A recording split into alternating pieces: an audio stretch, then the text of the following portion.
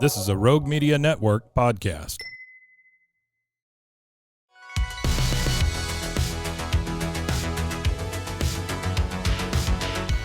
Welcome back to another episode of No Waco. This is your host, Debbie.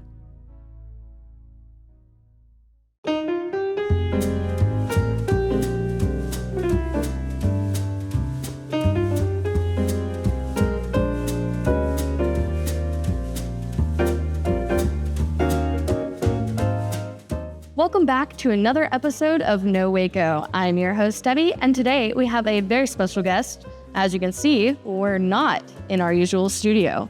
We're in Balcones here in downtown Waco, and introduce yourself. Hi, I am Mike Foley, and I am the author of 3 cocktail books and 1 cookbook. Yay! Well, we're so glad to have you on the podcast today. And we're so glad to be here in Balcones, just soaking up the beautiful atmosphere and, of course, being surrounded by your lovely works. We are here today to talk about one of your newest cookbooks, as well as talk about some of your other cocktail books. Tell me about that. Absolutely. So I started out in 2015 with Drinking with the Saints, The Sinner's Guide to a Holy Happy Hour. And in the book, I give you beer, wine, and cocktail suggestions for the various feast days of the church year. Wow, that's absolutely amazing. And so you built on top of that to making 3 other books. What has that been like? Well, it's been a lot of fun. I mean, a lot of drinks, right? Well, talking about a great research project. Yeah. So we came out with Drinking with the Saints. It was a big success.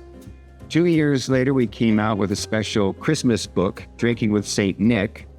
I love. 2 years after that, Drinking with Your Patron Saints. And then after that, most recently last year, a cookbook, Dining with the Saints. I figured after all those cocktail books, I should probably have something to eat. Yeah. So, yeah. So next, dessert. Oh, absolutely. So Deserting with the Saints? That doesn't sound quite right. Maybe not as good. We'll workshop the title. Exactly. We'll go through it. Well, one of the first questions I love to ask our guests on the show is, what brought you to Waco, or are you a Waco native? What's your Waco story? My Waco story is that I was offered a job by Baylor University in 2004, and I took it, and I'm so glad I did. So now this is my 20th anniversary in Waco. Congratulations. My family and I love it. I had a wife and 3 kids when I first got here. We now have 6 kids, so 3 native Texans, 3 non-native. It's kind of a mixed family, but it's been great. I love that. And so what do you teach at Baylor? I teach in the Great Texts program. So very on brand for what you do. Sort of. Kind of, yeah. But the Great Text program is basically sort of the greatest hits of Western civilization. So we just read all the good stuff. I love that. And so you are an author? Are you an author first, a teacher, a professor? What would you call yourself? I love being an author, and I love writing cocktail books, but I'm not going to quit my day job. I love to teach.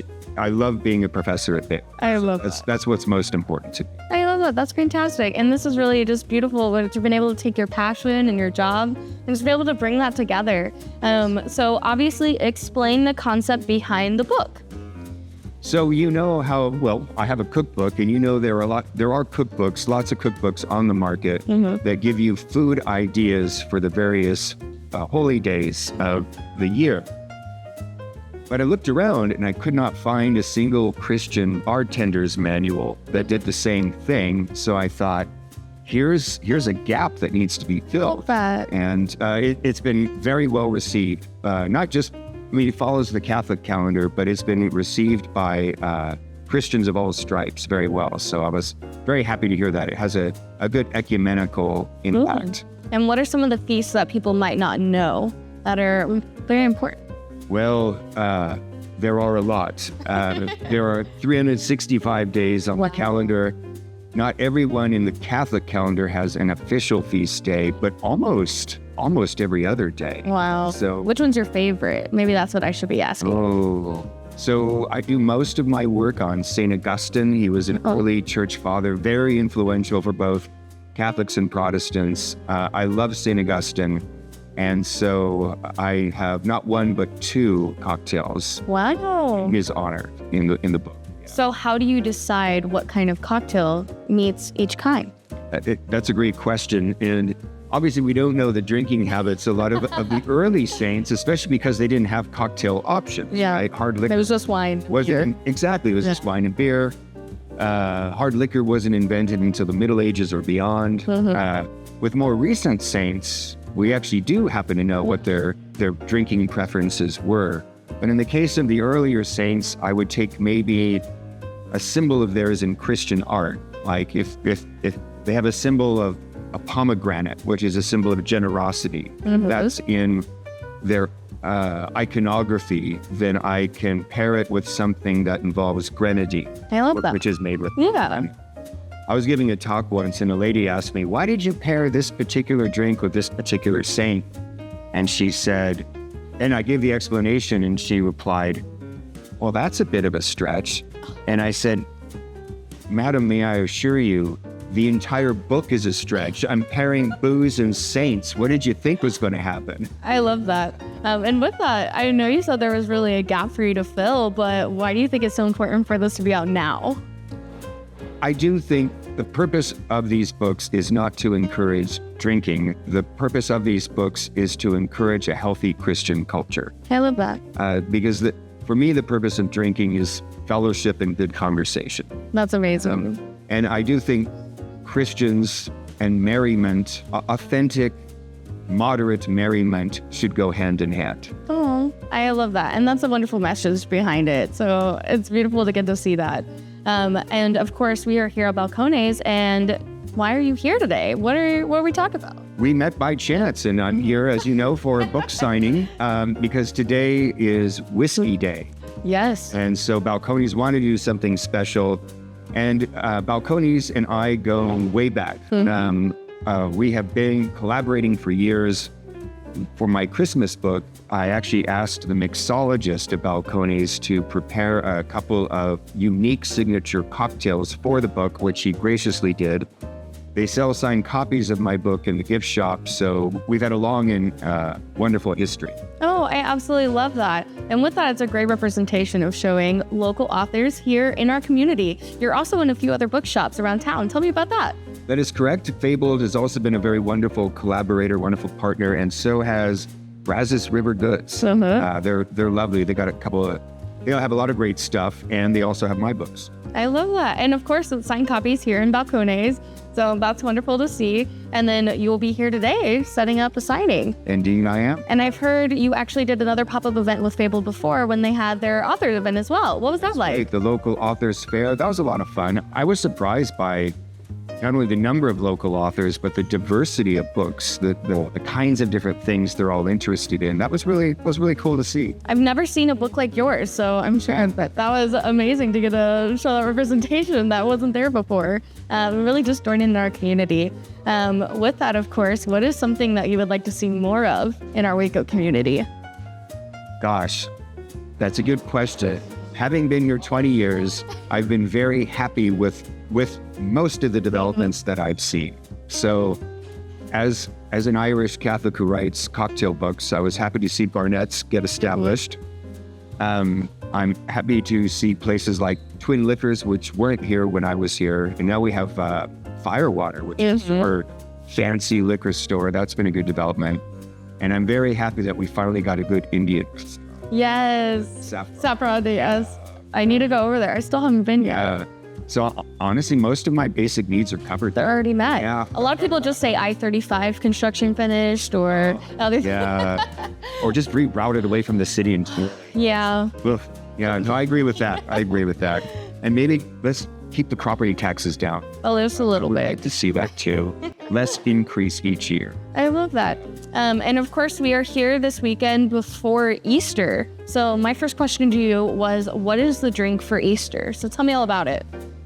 That is difficult because, first of all, I give like a dozen wine recommendations depending on the Easter dinner, right? Mm-hmm. We're doing turkey at my house, if that helps. Oh, gosh, that throws me for it. I know, we're unusual. It's okay. We almost did tamales, so it was either tamales or throwing me for a little as well. I mean, I have stuff for ham, lamb, that kind of stuff. Okay, we can go back to classic ham if that makes you feel better. That does make me. Okay. So then you would have like a Pinot Noir or something Okay. like that. But for cocktails, there's a wonderful drink for after the meal called an Easter Bunny. It's a sweet chocolate concoction. It has creme de cacao, cherry brandy, and chocolate syrup and vodka. You are talking my language. I was saying you should get like a little hollowed out, like the little hollowed out bunnies. Yeah. And then chop off the top of the ears and then pour the drink in the bunny and sip it out of the little chocolate bunny. So then you can drink it. Yeah, I saw it on Pinterest. Okay. It's all the rage. So now you got to just try it. I was aware of that when I wrote the book, but next edition. Next edition would be good. That would be amazing. And then with that, I know you said there's so many other festivals. What should we looking forward to in April?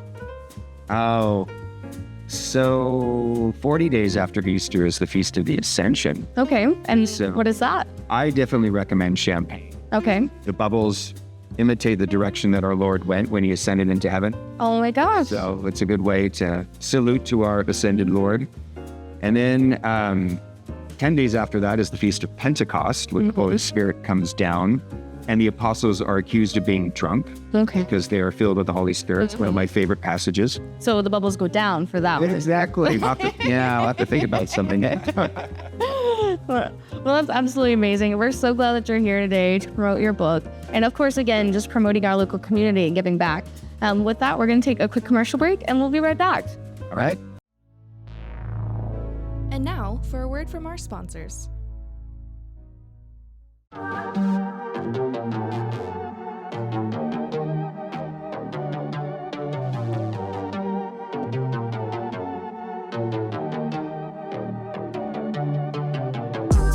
Hey y'all, I'm April, Hi, I'm Caroline. and we have a new podcast for you. What's it called, Caroline?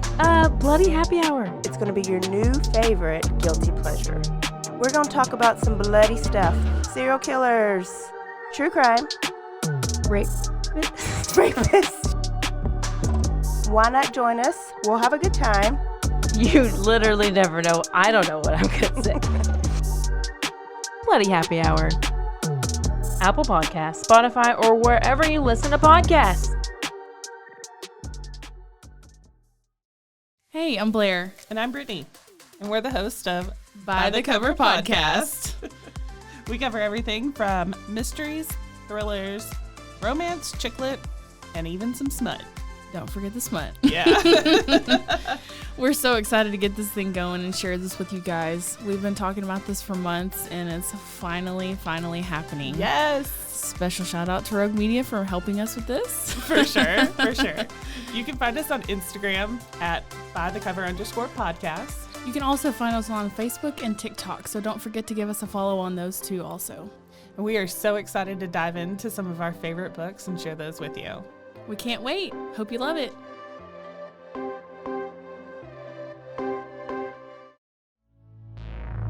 And now, back to the episode.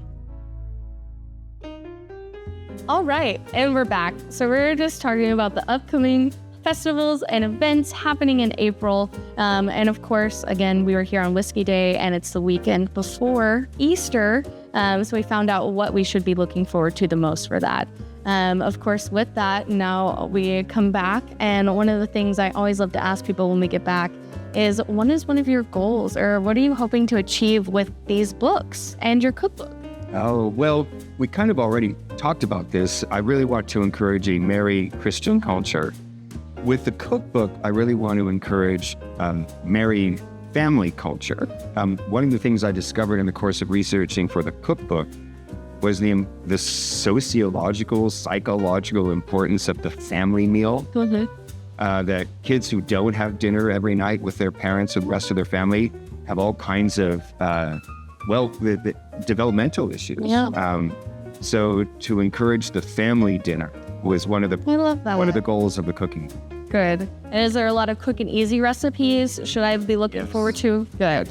And I'm happy to report that I actually did not do the recipes for the cookbook, which is a good thing. You don't want an Irishman in the kitchen.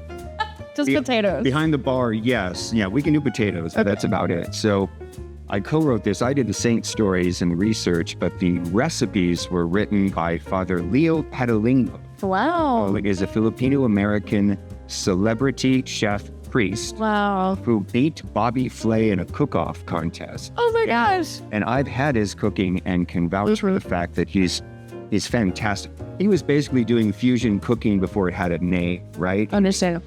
Filipino, grew up in Baltimore, so he's like mixing Asian spices with Old Bay seasoning. I mean, he's just amazing. So his recipes are great, and some of them are longer and more detailed, but others are very quick. So he gives you a good range for like the big feast and the simple. I love that. Yeah.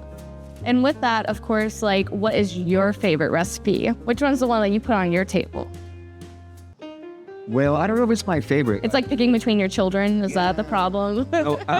He has in the recipe, one of the longer recipes it takes to prepare, but it's worth it, is potatoes au gratin. So of course it goes back to potatoes. Exactly. So you think, well, of course the Irishman's going to love it, but it's so rich. And I made it for my kids one day, and one of my children said, "Dad, I didn't know a potato could taste this good." I love that. And it's like filled with all these French cheeses, like 3 different kinds of French cheese. It's Fromage. Yeah. That's the only thing I know in French. Well, that's all you need. Yeah. So it was fantastic. Wow, that's wonderful. And of course, I want to know, where can we get this book? How can we find you? Find more information about you? Well, locally, of course, Balcones, Fabled, and Brazos River Goods has signed copies of my books. They're easy to find on Amazon.com. I also have a website, drinkingwiththesaints.com, a Facebook page, Drinking with the Saints, and my wife, Alexandra, and I do a Drinking with the Saints podcast. Shout out. Which you can find on Spotify or Apple. Wow, I'm absolutely so excited to go and check it out and find out more about these amazing books and your new cookbook. And of course, we want to know, where's your, what am I talking about? I don't even know what I'm saying. I guess we can say shout outs next.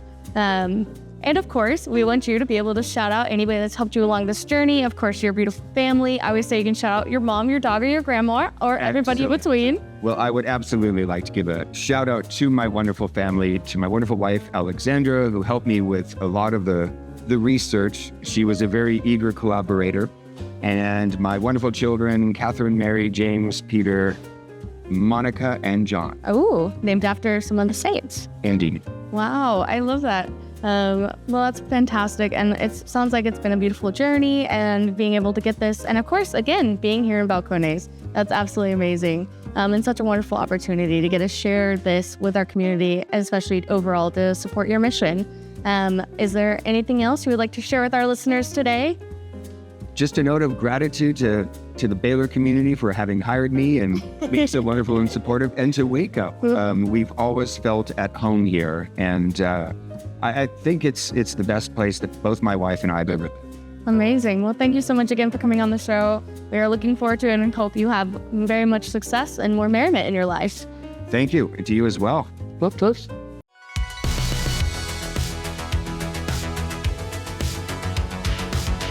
Find us everywhere on all social media platforms, KNOW_Waco. Check us out at roguemedianetwork.com, and we're on YouTube under Rogue Media Network. Check out nowaco.com.